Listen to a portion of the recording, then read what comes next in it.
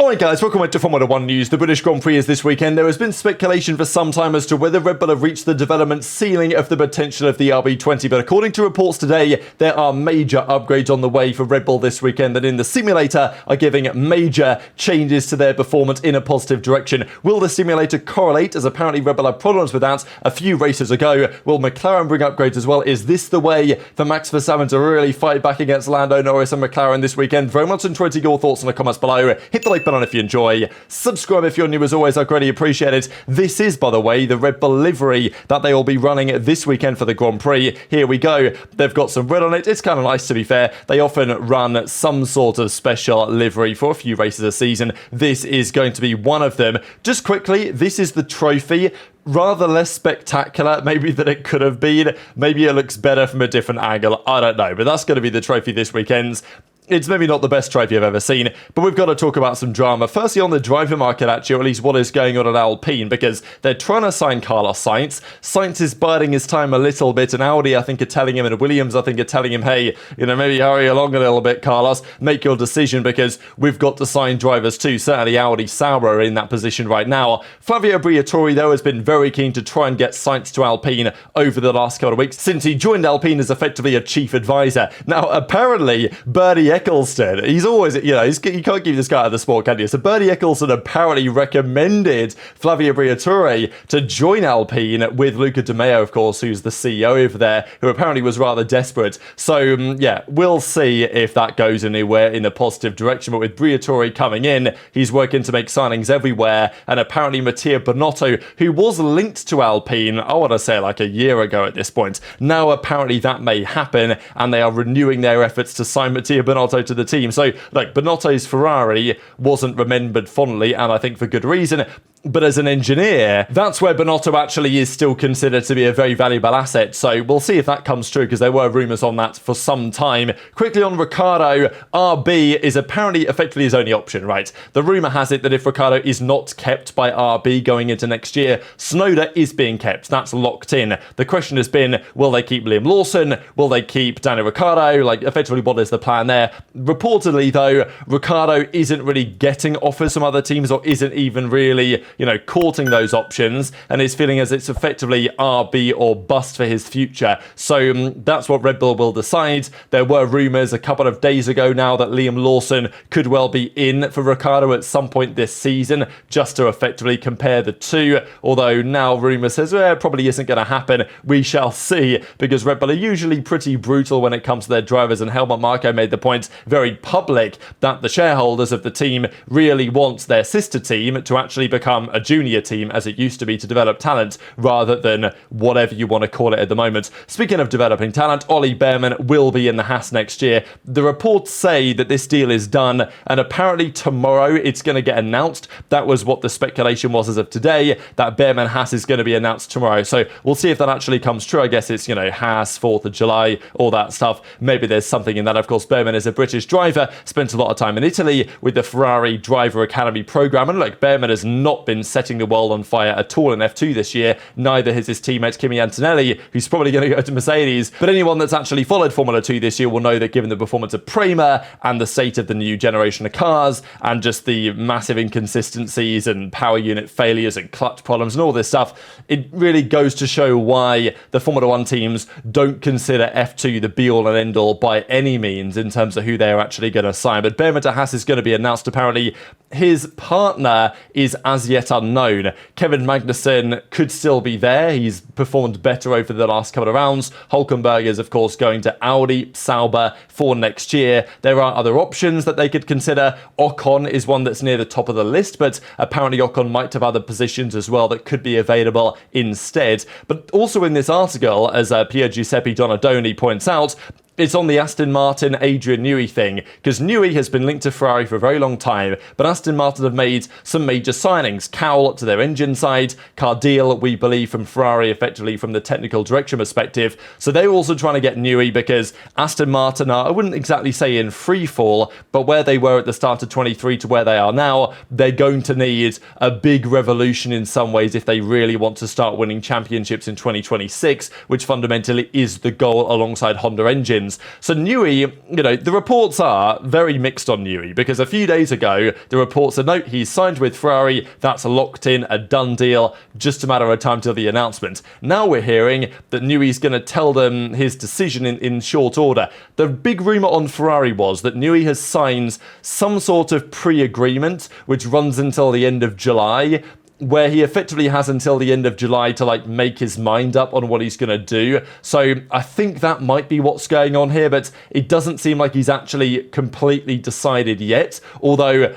it does seem very likely that, yes, he will be working for a Formula 1 team. It's just a matter of where that actually is. And realistically, there are two options. So, yes, Newey had a tour of the Silverstone factory. That's the Aston Martin stuff. And apparently in the next few days, Aston Martin are expecting a response, as in this week. On the weekend of the Silverstone Grand Prix, Newey and Aston Martin's advanced negotiations will either come to something or they will not. And if they don't, then it's probably Ferrari rather than retirement, because that's actually what he said. There was a gala or whatever this was exactly last night. Newey and so many others were in attendance. There was talk from Corinne Chandok and others about, of course, the Lando versus Max Verstappen incident, and that's even what Adrian Newey was commenting on here, talking about, it'll be okay, both great drivers. Of course, he is still Chief Technology Officer of Red Bull Racing for now, but he's not really working on the Formula 1 stuff anymore. He's working pretty much exclusively on the RB17 project, and as he says here, I'm still just kind of working on the RB17 hypercar, then I'm taking some time off. That is certainly the target, though, to figure out what to do in 2025. By then, I'll need to make my mind up. So I think he's pretty clear that he is going to go to another team. Where is, of course, the big question. But let's talk about, once again, the whole Red Bull McLaren situation, because with any luck, it's going to come to a head again this upcoming weekends. We're probably going to see some more action between the pair of these guys, assuming that Red Bull don't have a major upgrade, which puts them 20 seconds down the road by the end of the Grand Prix, which may well be possible on what we are going to discuss in a second. Norris has actually been on I think it was a podcast or whatever it was, with Oscar Piastri and others and Chris Moyles, and they were discussing things. He basically said, I wouldn't change what I did. I was fighting. That is what we want to see. Didn't really comment on whether he'd received an apology that he wanted from Max Verstappen. I don't think he did, based on what we talked about yesterday. And yeah, Lando says, we're fighting. We both want to win. We are going to push it to the limits. But it's just good to see this in general, because for the last couple of years, there were many occasions where Lando would be fighting Max for the race win, and Lando would know that the Red Bull was the faster car, so there was no point defending because he was going to lose the race anyway. Which, sure, that's true, but I think it would have been maybe even better in hindsight for Norris to battle a bit stronger with Max over the last, let's say, that latter half of 2023. There was a few races, Japan even to some degree. Certainly Austin comes to mind, where Lando really could have defended the inside line here at the end of the long straight if he wanted to, but he effectively just completely opened the door for Max to just drive through and eventually go on to win the Grand Prix. Now, I'm not saying that Lando would have won this Grand Prix, but I feel like maybe in hindsight, had Lando fought harder in these moments last year, where yes, he was going to lose, but at least he might have learned a thing or two about what it's like to fight with Max Verstappen, because that's what Christian Horner said. He's like, look, Max ain't going to change unless the stewards force him to change by changing the rules or being harsher on the way that he's driving or whatever. Max ain't going to drive any different. So it's up to whoever's fighting him, especially if they do have a car which is equal or can actually challenge the Red Bull, which McLaren seemingly do at the moment.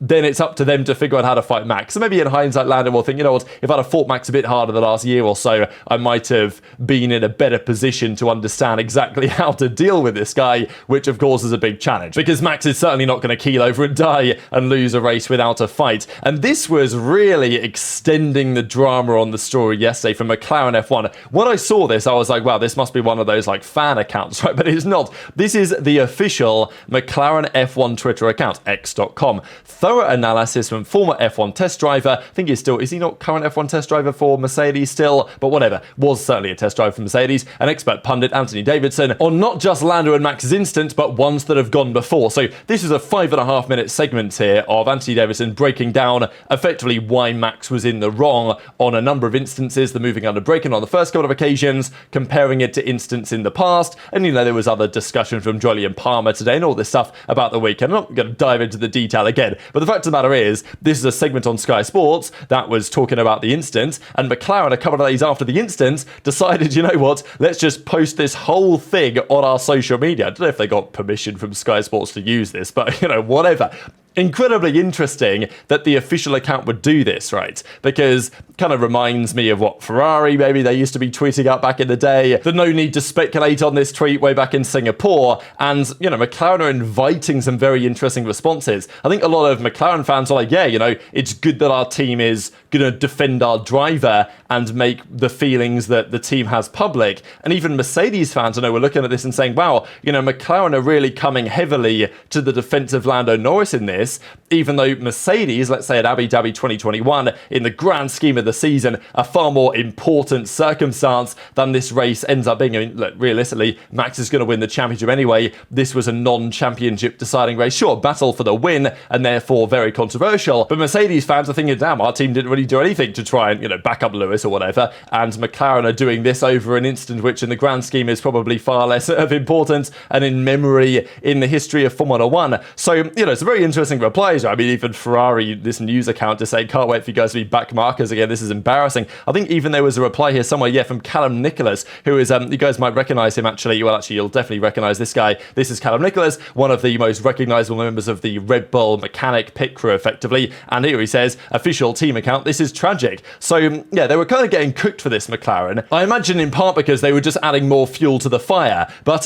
certainly they are riling up this storyline over the coming couple of days going into Silverstone. Therefore, you know, Red Bull account comes out and says, anyways, this is what the championship looks like, right? And Max is obviously still dominating, and there's just no way that he's going to lose the championship from here as far as I'm concerned, especially because they apparently have major upgrades on the way. So a couple of days ago, Helmut Marko said Red Bull will hit back hard in Silverstone and will give Max effectively more ways to fight back against Norris because his car will be just so fast, there is going to be no challenging him. And according to AMUS, usually very well placed in certain sources, that these upgrades are expected to deliver a lot of performance. The wind tunnel, the CFD, the simulation numbers are spitting out really promising numbers for this major upgrade that Red Bull are due to deliver. So they haven't really changed that much on their car in some time, Red Bull, although what must be noted is they brought an upgrade back to Imola, and Helmut Marko said at the time they're expecting a significant step. They're expecting a pretty big step forward from Imola.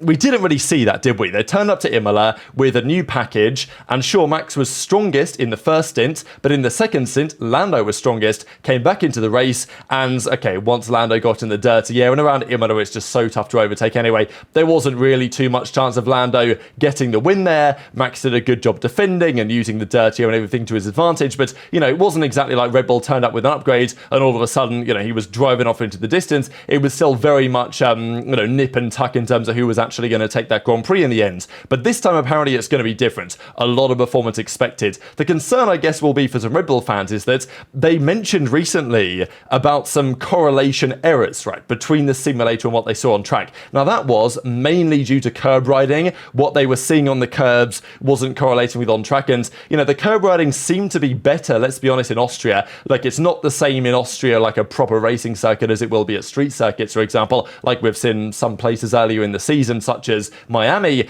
and obviously Monaco was a bad example as well for Red Bull. But to be fair, Silverstone, that shouldn't be too much of a problem. Another proper racing circuit where the Red Bull should be and has been very strong over the last couple of years. So that is the question though. Red Bull are expecting big performance. Their wind tunnel, their simulators say, yes, there's big performance coming from these changes. But then again, it's not like their simulations have been bang on the money even earlier this season. And there was some discussion from the Red Bull guys that, yeah, we've got some problems with the correlation, such as Mercedes have experienced for the last couple of years. So on paper, it apparently looks really strong, but also they're not going to be the only team bringing changes, right? The feeling is that, okay, Haas are bringing moves.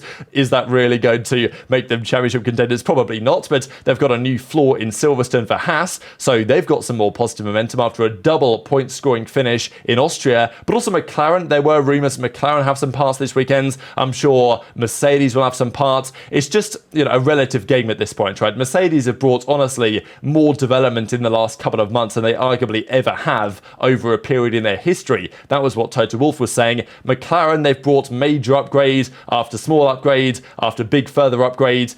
and maybe this weekend there'll be more to come on that. But the general feeling is that of the top teams, the team that's going to bring the biggest change is going to be Red Bull. And if it delivers the performance that the wind tunnel says that it's going to deliver, then we might have Max Verstappen effectively driving off into the distance, right? But yeah, we shall see how the race turns out. Max Verstappen, of course, will be looking to bounce back after, well, still extending his championship lead, but I'm sure Norris really wants another bite of the cherry to beat this guy on track absolutely in front of the home crowd. We'll see whether the Red Bull upgrades actually give him the chance to do that, or whether Red Bull will just be too strong again, as they were several rounds ago in China when nobody could match them, and over the last few rounds we've had a competitive championship, and obviously we are hoping that continues. Okay, is the championship that competitive? It is on the constructor side. In the driver side, maybe not, but at least we're getting different race winners. We're getting a fight for the race win. We're not getting Max Verstappen driving away and winning by 20-30 seconds every weekend. Now, Red Bull would like that to return, as would Max, so we'll see if their upgrades do as they intend them to do. Interesting as well, look, Max has started from pole and not finished before, but if he started from pole, he has always finished at least on the podium previously, whereas this weekend was the first time that, of course, was not the case. Couple of quick things then to close out the video. These are the constructors' standings after Austria. So Ferrari still in second for now. McLaren are certainly closing up, as are, to be fair, Mercedes. They've scored a fair few points in the last few rounds. They're now up to 196. Red Bull at 355. So who are the favourites right now for the Constructors' Championship? Because a couple of rounds ago, I would have said that it was pretty tight between all three of these teams, to be honest. And if Red Bull literally had just one car, as in they only had Max, then yes, I think I probably do choose somebody else to win this. But they do have two cars, and surely at some point, Perez is going to get back on the podium to a P5, or so, like, surely his form can't stay like this forever. Although, I don't know, maybe it can. We know these European stints can be pretty tough for Checo historically. But yes, McLaren are probably the favourite challenger to Red Bull, but they're not far off 100 points down. They lost a bit of ground this weekend based on what happens between Max and Lando and everything like that. So they're still a chunk behind, and we're near enough getting towards the halfway point in the season. So, you know, this is definitely an overturnable gap for McLaren and for Ferrari. Probably not for Mercedes, let's be realistic, but obviously Ferrari will need to step up their performance big time if they actually want to try and close that gap, because right now it looks like it's effectively going to be McLaren versus Red Bull for the Constructors' title. Lando's P2, of course, in the Drivers' Championship as well. They can overturn this gap, but it is a pretty tall order given that Max Verstappen does not go away, as we know full well. This weekend, he actually was not even on the list for the power rankings. I mention these sometimes just because they're kind of interesting, although they're very rarely, I would say, accurate. It's quite rare that we don't see anyone with a 9. Usually someone has a 9+. George Russell gets an 8.8. Hulkenberg gets an 8.4. I think Verstappen got a 6.0, so he was actually off the list. And Verstappen, you know, in many ways did everything right until the incident with Norris. So there's a debate on how many points you take off for that. And I think, to be honest, what they're probably considering there, the people that made this, is that it wasn't just that one contact, it was everything before then, the, you know, inappropriate defending, depending on the way you want to look at it. So anyway, Verstappen ends up with a 6, not even in the top 10. Norris gets joint second with Hulkenberg, and you know, you could debate this until the sun sets, to be honest, but I thought it was semi-interesting. But very much intrigued to your thoughts on all this stuff in the comment section below. Hit the like button if you enjoyed, subscribe if you're new, take care, and I'll see you next time.